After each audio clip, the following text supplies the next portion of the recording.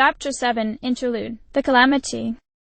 The blood of the goddess sang a high note that echoed out across the world, held out by the hand of a woman who, a century past, did not know if she even wanted it.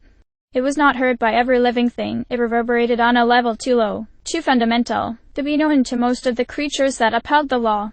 But on a distant mountain, a guardian god looked up in recognition across Hyrule. Dragons heard the high, clear note of the voice that had charged them in a time before time. A guardian rooted deep in the woods breathed a sigh of relief for the first time in longer than he could remember.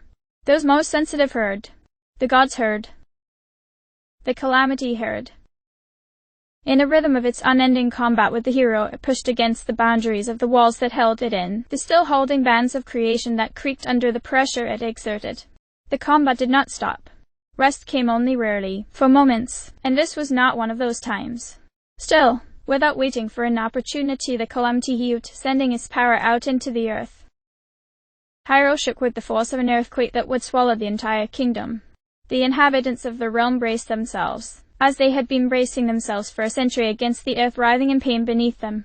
Death Mountain began to erupt once more, and the divine beasts, cloaked in malice, bellowed their dominance over a world that could not lift a hand to them. Snow fell in avalanches, and stone was shaken loose in rock slides, and water leaped like a living thing, pressed up by a power far greater than itself, and all over Hyrule the earth groaned in agony. Fissures opened in the ground, not great chasms, not swallowers of villages, but small things like wounds being torn open after healing. Light and darkness and smoke and death billowed out of them, and the souls of the beasts slain were restored, so that Bokoblin and Moblin and the Zelfos were renewed, and they knew that they were undying, and their laughter filled the countryside beyond the borders of the villages. Those people who braced themselves knew that for days the roads would be more perilous and travel more fraught as the reborn beasts asserted their dominance. This was the bleeding earth, the wounds wrought by Ganon. Only one creature was not restored, a Lynel, obliterated by golden light, so completely destroyed that the malice could find no purchase. The battle was rejoined, but the calamity left itself open for 1 moment longer.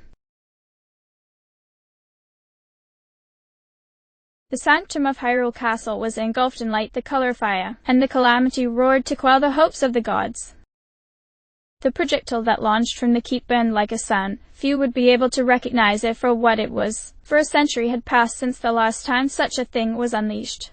It streaked across the sky, east and south, darkening the sky behind it, its tail curling off like living worms that ate at the light of the sun before burning away. It made a sound, but only a quiet one, logs burning in a fireplace. It sailed lazily, as if lobbed by the hands of an uncaring giant, and the arc of its trajectory resolved as it streaked down to the gate of the Lanayru Road. The calamity heard the song of creation, and here was its answer, spoken in fire and hate. The magic struck. There was a flash of light and an overwhelming wall of darkness. Malice and soil and shattered stone sent into the air in a geyser so high and so forceful that it could be seen from atop the walls of Gerudo Town, could be heard as a faint boom from Death Mountain. The gate was shattered, blasted away alongside the mountain surrounding it, and rained down in chunks for miles in every direction. As the soil and the fire fell away, it left behind a storm of lightning and darkness and a roar that was very nearly laughter. That storm would continue for hours, bringing death to anything foolish enough to wander into it.